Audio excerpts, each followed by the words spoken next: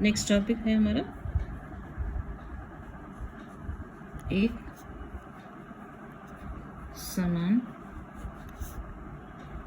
बाह्य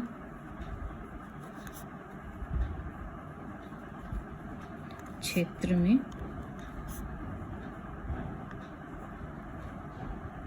द्विध्रुव।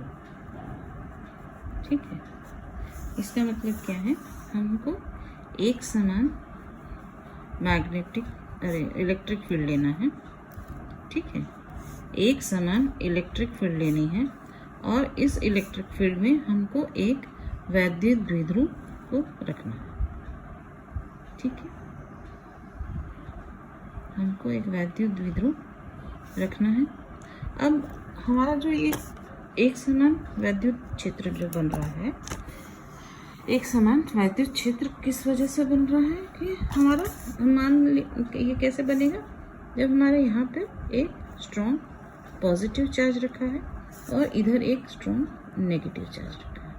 ठीक, जब ये पॉजिटिव चार्ज यहाँ से जो इलेक्ट्रिक फील्ड बनेगा वो नेगेटिव चार्ज की तरफ जाएगा। ठीक है, तो हमारा जो वैद्युत द्विध्रुव है इस पे भी दो आवेश होते हैं, एक तुम्हारा हो गया नेगेटिव आवेश और एक ये पॉजिटिव आवेश। ठीक है, जब इलेक्ट्रिक फील्ड में रखते हैं तो ये दोनों आवेशों पे जो एक दूसरे से तकरीबन 2a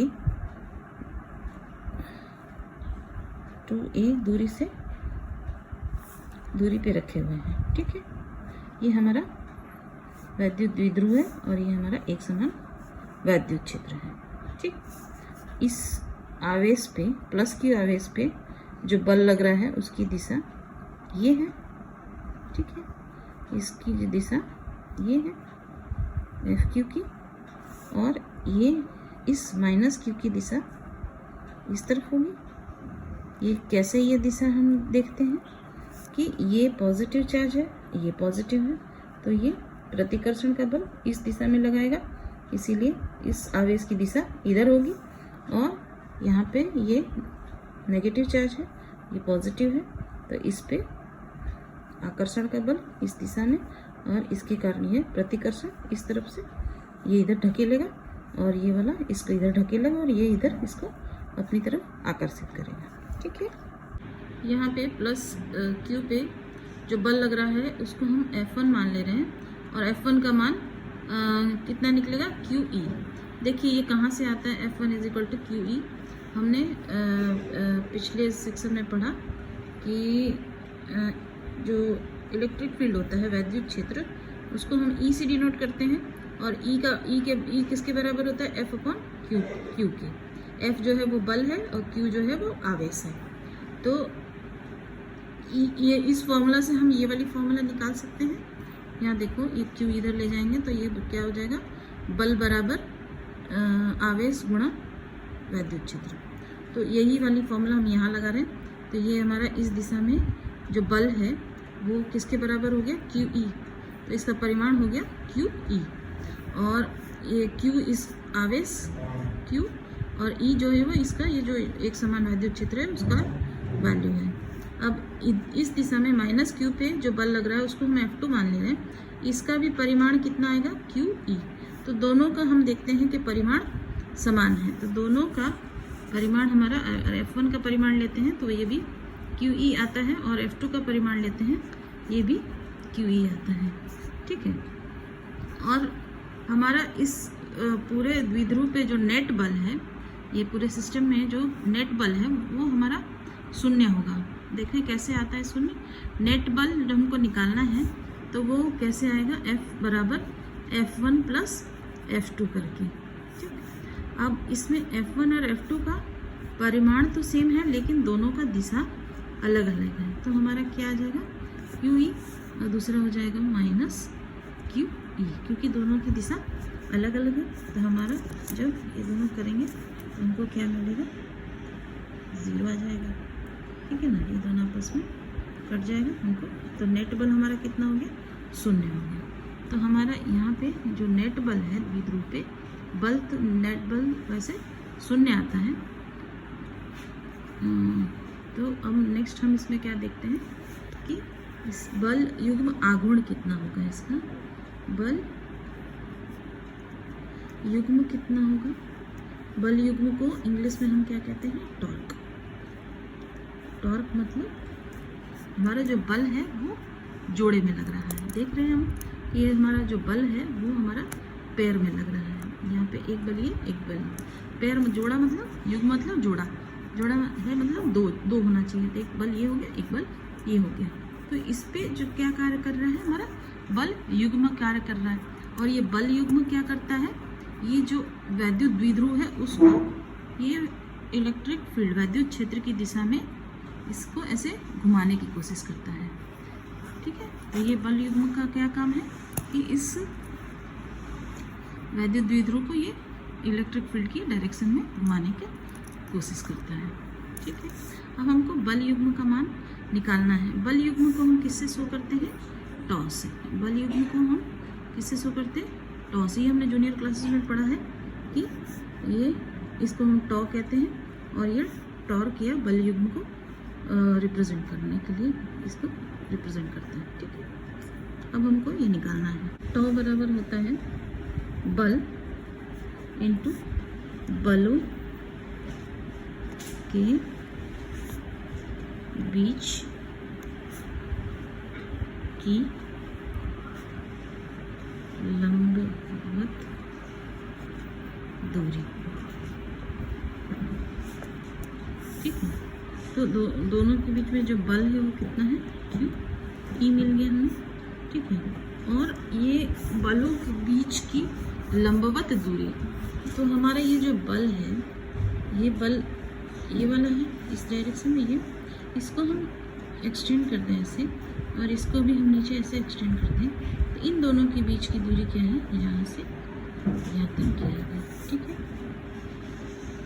ये जो दूरी है ये हम इसको मान लें।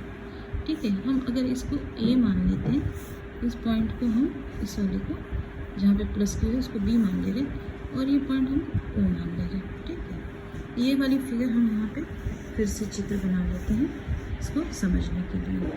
ठीक है, ये हमारा द्विध्रुव आघूर्ण है। ठीक है, ये हमारा प्लस क्यू वाला पॉइंट है, इसको हमने बी माना। ये हमारा माइनस क्यू वाला पॉइंट है जिसको हमने ए माना, और ये हमारा इन दोनों की लंबवत दूरी यहाँ पर हमने ओ मान लिया। ठीक है, अब ये देखो, ये हमें पता है कि ये हमने कितना लिया है, 2a। यहाँ पे हमने कितना लिया है, 2a। अब हमको निकालना है OB का मान। ठीक है ना, ये बलों के बीच की दूरी कितनी है, OB।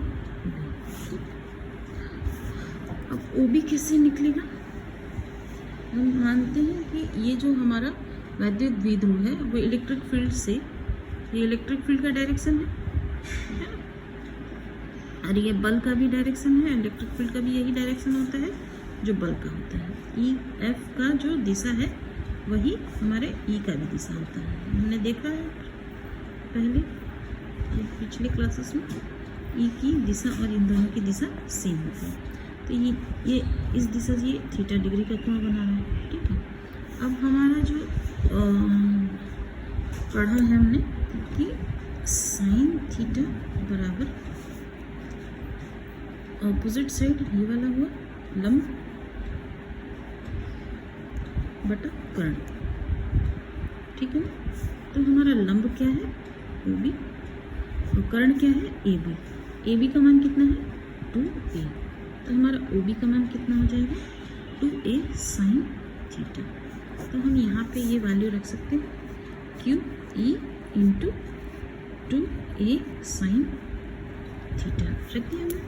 अब ये देखो, इसको हम रीराइट करें तो 2QA E साइन थीटा मिल जाएगा।